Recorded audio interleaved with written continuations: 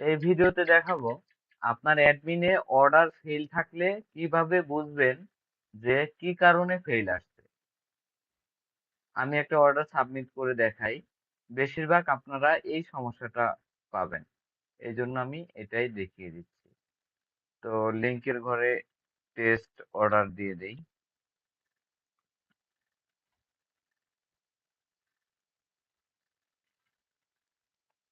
এখানে কোয়ান্টিটি দিয়ে দেই।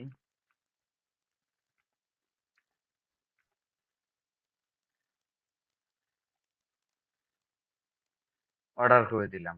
দেখেন এই ইউজারে ব্যালেন্স ছিল, অর্ডার হয়ে গেছে। এবার আসি অ্যাডমিনে। অ্যাডমিনে যদি রিলোড করি, দেখতে পাচ্ছেন ফেল। এই অর্ডারটা ফেল হয়ে আছে, এপিআই তে যাচ্ছে না। কেন যাচ্ছে না? যদি এখানে এই ফেইলে কোনো অর্ডার পান, তখন আপনি এই অপশনে ক্লিক করবেন, অর্ডার ইরর এই লেখার উপর ক্লিক করবেন। ক্লিক করলে এখানে লেখা আসবে কেন অর্ডারটা ফেল হইল। এখানে দেখেন লেখা আছে আপনার এপিআই তে ব্যালেন্স নাই। মানে এই ব্যক্তি যত টাকার অর্ডার দিছে অত টাকা আপনার এপিআই তে ব্যালেন্স নাই। তো এই যে আমাদের এপিআই তে ঢুকে দেখি, এখানে ব্যালেন্স আছে ৯,০০০ টাকা। তো এদিকে অর্ডার তো আসছে আপনার 26,০০০ টাকা। আপনার ইউজার 26,০০০ টাকার অর্ডার দিছে, কিন্তু আপনি এপিআই তে টাকা রাখছেন ৯,০০০। তাহলে তো অর্ডার যাবে না। বিশেষ করে আপনাদের এই ফেল গুলো হবে এই কারণে। এখন ফেল কিভাবে ছাড়াবেন? আপনি প্রথমে চেক করবেন কি কারণে ফেল। এটা চেক করে বেশিরভাগ দেখবেন এই ব্যালেন্স সমস্যা। তো ব্যালেন্স সমস্যা হলে আপনি ব্যালেন্সটা অ্যাড করে এরপরে এখানে আবার ক্লিক করে রিসেন্ট অর্ডার এটাতে চাপ দিবেন।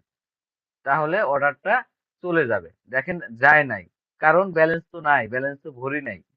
এছাড়াও যদি অন্য কোনো সমস্যা থাকে আপনি আরেকবার রিসেন্ট দিয়ে দেখবেন যায় কিনা। তো আপনাদের ম্যাক্সিমাম সমস্যা থাকবে এটাই, ফেল হওয়ার কারণ যে আপনার যদি এপিআই তে ব্যালেন্স না থাকে এখানে ফেল থাকবে। আপনি এপিআই তে ব্যালেন্স অ্যাড করবেন, অ্যাড করে আপনি এখানে এসে রিসেন্ট অর্ডারে ক্লিক করবেন, আপনার অর্ডার চলে যাবে। তো আমি এপিআই তে ব্যালেন্স অ্যাড করি, এই যে ৯,০০০ আছে, আমি এখানে টাকা অ্যাড করে আপনাদের দেখাচ্ছি রিসেন্ট করে। এবার আমরা এপিআই ইউজার যেটা আছে এটাতে ব্যালেন্স অ্যাড করেছি, অ্যাড করার পর এখন রিসেন্ড করব। এই যে ফেলে আছে, ফেল থেকে এই অপশনে ক্লিক করবেন, রিসেন্ট অর্ডার দিয়ে ওয়েট করবেন। ওয়েট করলে এটা চলে যাবে এপিআই তে। দেখেন ফেল অর্ডার জিরো। অল অর্ডারসে আসলে দেখাবে এই যে এটা ৫,০০,০০০ অর্ডার চলে গেছে।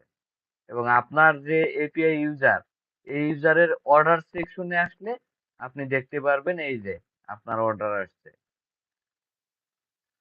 আপনার ওয়েবসাইটে যত অর্ডার আসবে সব অর্ডার আপনার এপিআই ইউজারের অর্ডারসে আসলে দেখতে পারবেন, এবং আপনার এপিআই ইউজারের ব্যালেন্স থেকে কাটবে।